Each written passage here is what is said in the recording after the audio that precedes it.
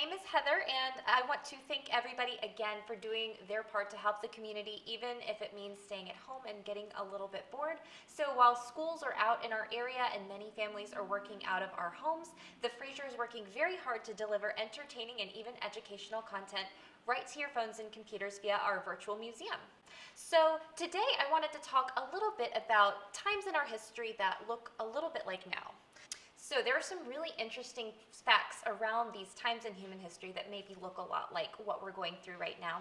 And there are some important and uplifting stories. There is this huge arc of humanity and the human story, and in the end, these are definitely blips in that story that just show these amazing ways that everybody has come together to overcome things. So the first pandemic I want to talk about is one we associate with the Middle Ages. And so it occurred in 1347, most notably. So I bet you have the name of what it is in your head right now, and that is the Black Plague. So this is also known as the Bubonic Plague, and it ravaged Europe for about 4 years in the most big wave that went across Europe. So this was 1347 to about 1351. So the plague, it reemerged in Europe more than once. So you may have heard of the diarist Samuel Peeps. He's got the name, it's spelled P-E-P-Y-S, and he's one of the most famous diarists in history. There are some other amazing diarists, but he's got about 10 years of these journals that talk about all of these major events in British history and kind of world history in Europe at that time.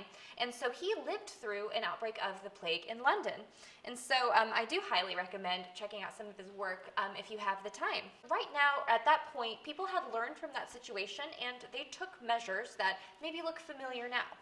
So at that time, anyone who was affected was quarantined for 40 days and had a mark made on their door. So at the height of this outbreak, which was not really considered a pandemic the way it was in 1347, Samuel Pepys has this really interesting quote.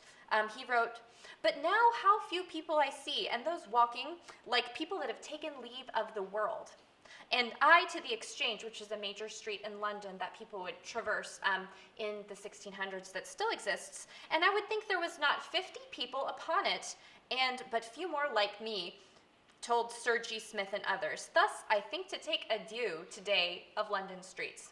Sounds a lot like a few of the streets I've seen recently. He was going through what we now call a quarantine. And so in London, of course, they had that 40-day period. So a lot of people have done this before. So they're going through sort of the same situation we did. So the artifact I have is called a plague mask.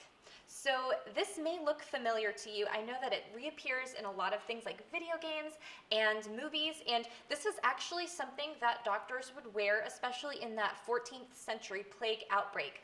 So what they would do was they would wear this mask, and they thought it was not germs that caused sickness. They didn't know that germs existed. They thought it was bad smells. So this mask actually has a beak because the beak serves a purpose. And in the beak, they would put scented herbs. So I have here my cloves and my lavender. So spices may have come more from the Middle East during the spice route and the spice trades that were happening in this period. Lavender, of course, is a little bit more homegrown.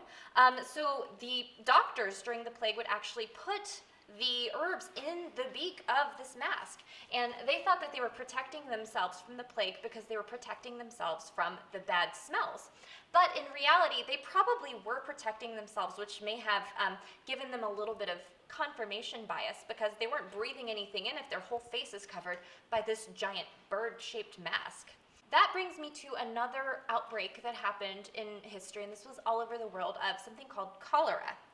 And so that's why I want to bring in this water. This isn't real dirty water. This is just a learning tool that I like to use sometimes to talk about the idea of miasma theory and of bad smells causing diseases. So this might have been actually what the Thames River looked like in London at the height of a cholera epidemic that happened there in the 1850s.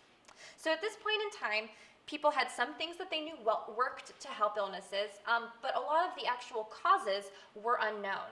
So they knew that having things like distancing people and quarantines would help when there were sicknesses like this, but they didn't know actually why people were getting sick.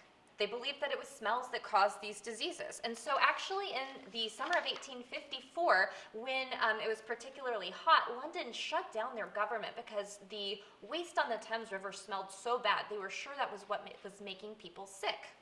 So you can look up the Great Stink of London for more information on that. It's actually a very fascinating time in history that gives us a little insight on the development of this theory. Now I want to talk about John Snow. And no, it's not the John Snow you're thinking of. This is actually a doctor who lived in London at that time, and he helped trace the origins of cholera, and this helped change medicine everywhere. So in 1854 in London, he was able to trace a neighborhood-wide outbreak of cholera to one single source, which was actually a dirty diaper that had been put in a contaminated well, and that water had been used by a community that then all got sick.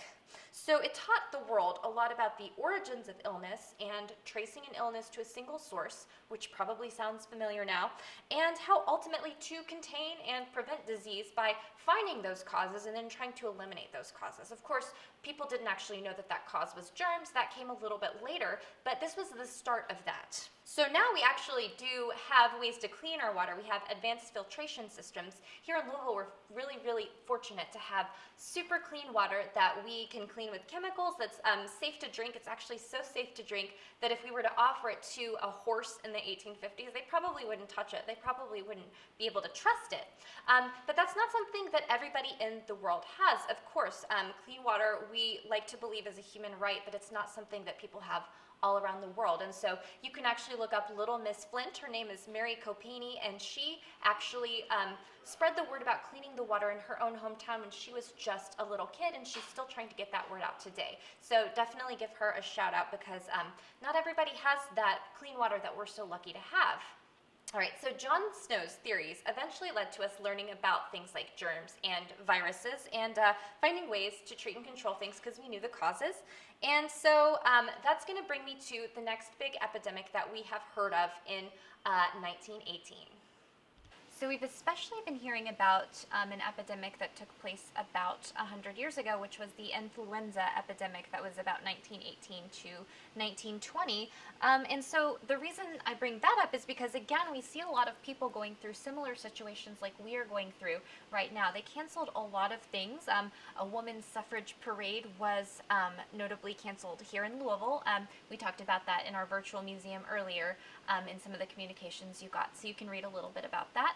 And also, so another thing that happened was a lot of people were traveling around because there was a world war going on back then at the same time. And so the reason I am standing in front of this uniform is because this uniform belonged to one of the soldiers that lived through this time, and so it's really interesting to think about that. One of the things that really interests me about history is just the idea of people's everyday lives. And so you can look at this jacket and think about, you know, the person who's wearing this was probably thinking about a lot of the same things and had the same concerns that we do right now.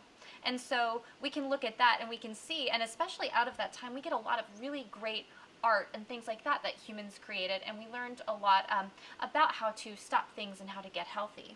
The last thing I want to talk about today is something that people may have a lot of memories of, which is the epidemic of polio in America. Many people suffered from it, and to curb it, people took some measures. In fact, I was just doing a little bit of research and saw that circuses were canceled because of this. But there was a vaccine that was developed to eliminate polio in the world, and it actually did reduce cases so much that it was considered eradicated. And so that was something that was really wonderful, and a doctor who was named Jonas Salk developed this vaccine. It took him 10 years, but because of the innovations and the methods that he made that other people elaborated on, we have been able to accelerate that process, and now they're telling us that it's probably going to be 18 to 24 months before a vaccine for what we're going through right now. The reason I wanted to talk about this today was because it shows that humanity is capable of getting through many things together. And so I want to thank all of the healthcare workers who are working super tirelessly right now, because this is the people who are really heroes in this situation, and you are absolutely appreciated. I also want to thank all the researchers and the medical professionals who are finding solutions for us too.